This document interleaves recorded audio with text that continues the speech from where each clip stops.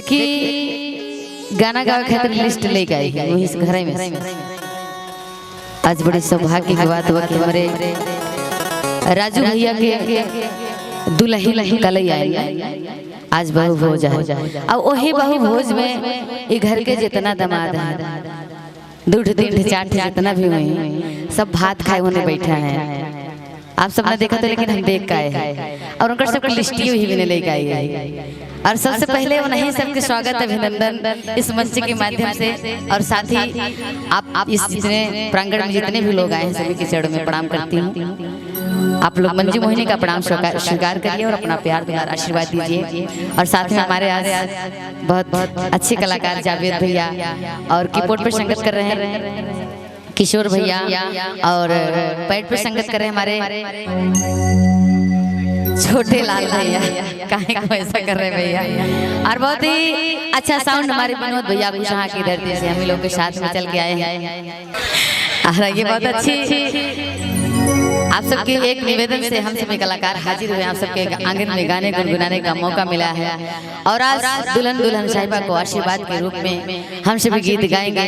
लेकिन सबसे पहले उनको परोसना है जो भात खाने के लिए आए हैं। और उनके लिए कहना क्या है और उनके लिए कहना है सबसे पहले देखिए कोई भी कार्य शुरू होता है तो भक्ति भाव भजन से। तो गारी है लेकिन भक्ति गारी है। गारिये से शुरू करना है तो भक्ति से शुरू करेंगे। और कहना क्या और कहना उनके लिए अरे तू कितना है पानीदार तो हुई हम जाने था। अरे तो है हम जाने था। अरे तो है हम जाने था। तो है हम जाने था। केका ये सुनील भैया संतोष सतीश शिव कुमार और महेंद्र। अरे तो है हम जाने था। तो है हम जाने था। तू कितना है पानीदार हम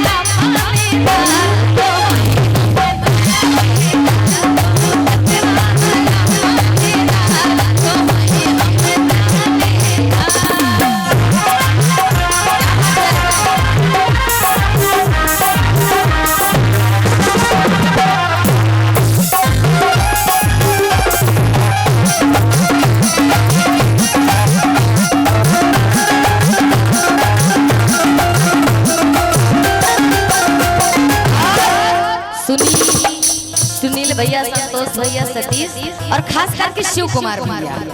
शिव कुमार जीजा जी आज भात खाने के लिए पर्सनली वही आए हैं और सब जीजा साथ में हैं। उनके लिए कहना क्या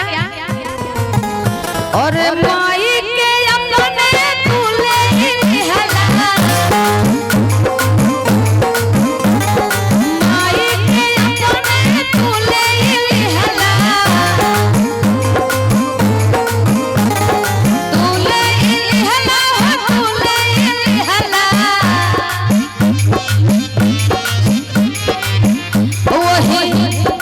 भैया हमार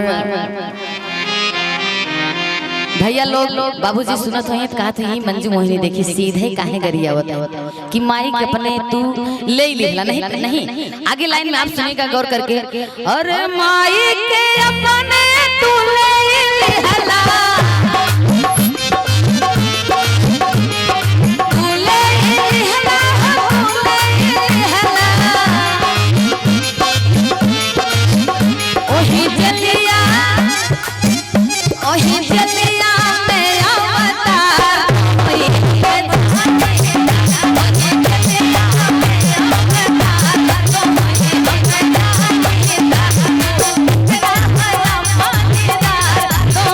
हम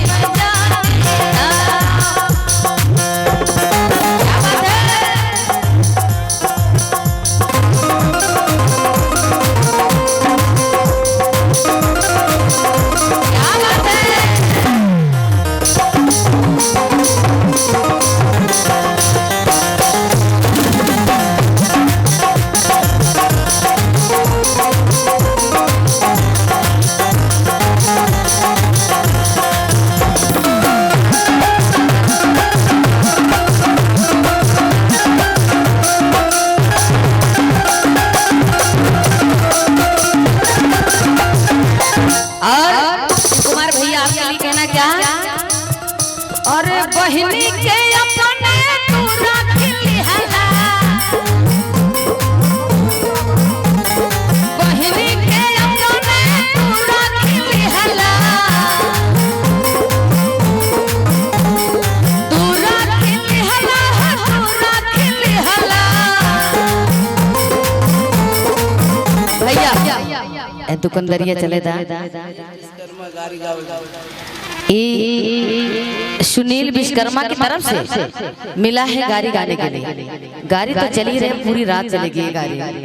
अरे 501 रुपए का प्यार आशीर्वाद सुनील विश्वकर्मा आदरणीय हमारे भैया जी की तरफ से आया है, हमको बार बार प्रणाम करते हैं, आशीर्वाद की कामना करते हैं। लेकिन अभी शिव कुमार भैया से हमको बहुत बड़ा नेक लेना, क्योंकि उनको अंगूठी मिल रही है 50,000 की, तो होगी जरूर। हाँ और कहे जावेद भैया बहिनी के अपने तू रख लिहला, बहिनी के अपने तू रख लिहला, तू रख लिहला, तू रख लिहला। ओही पीछे सभा में लाज होई हम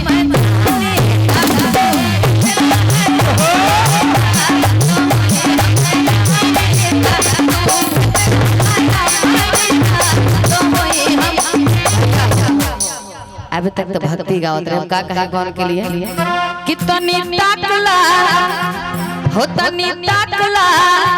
ए शिव कुमार भैया, संतोष भैया, महेंद्र भैया, संतोष भैया, सुनील भैया, ये आप सब के लिए कहे के बा कितनी ताकला हो तनी ताकला ने बलिया पे काल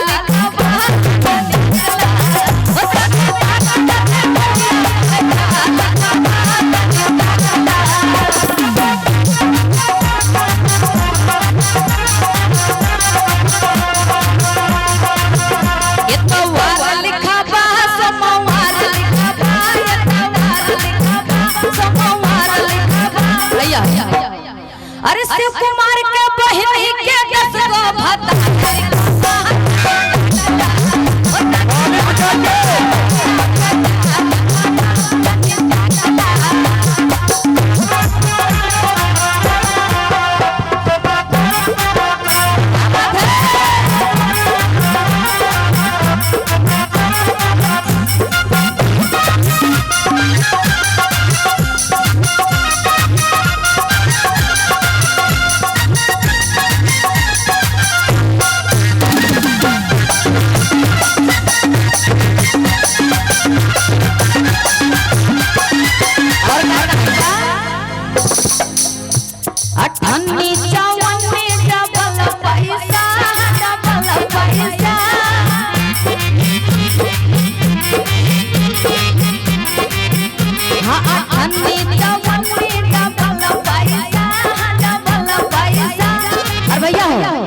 अरे संतोष के बहिनी के घर में कूद भैया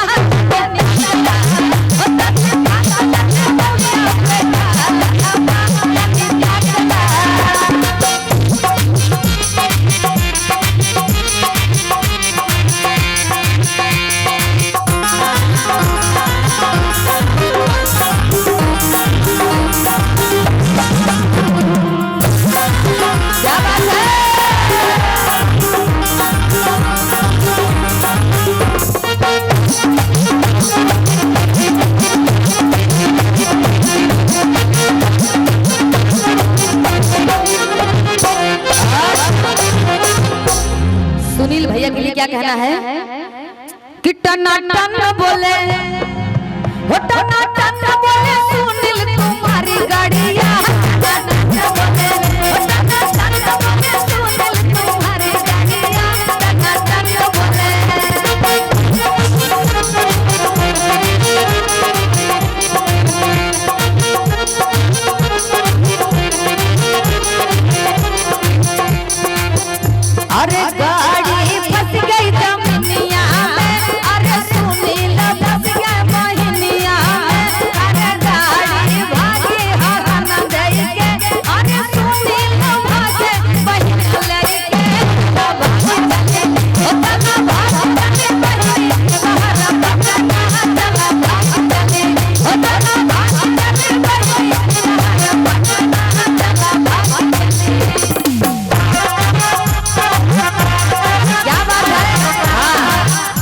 कहेंगे क्योंकि अभी तक 1 रुपया नहीं आया चारों जीजा की तरफ से कि तुम तो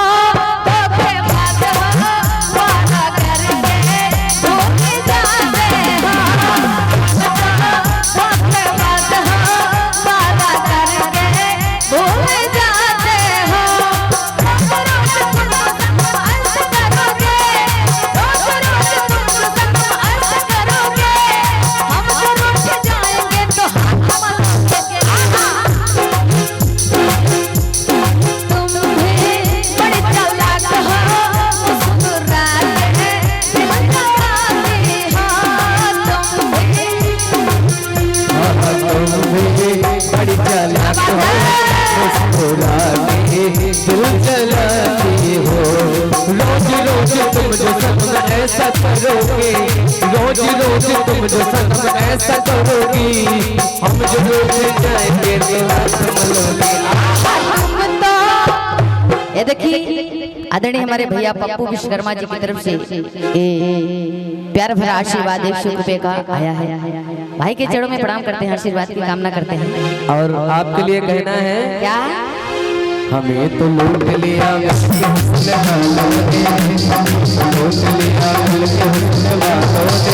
गोरे गोरे बाल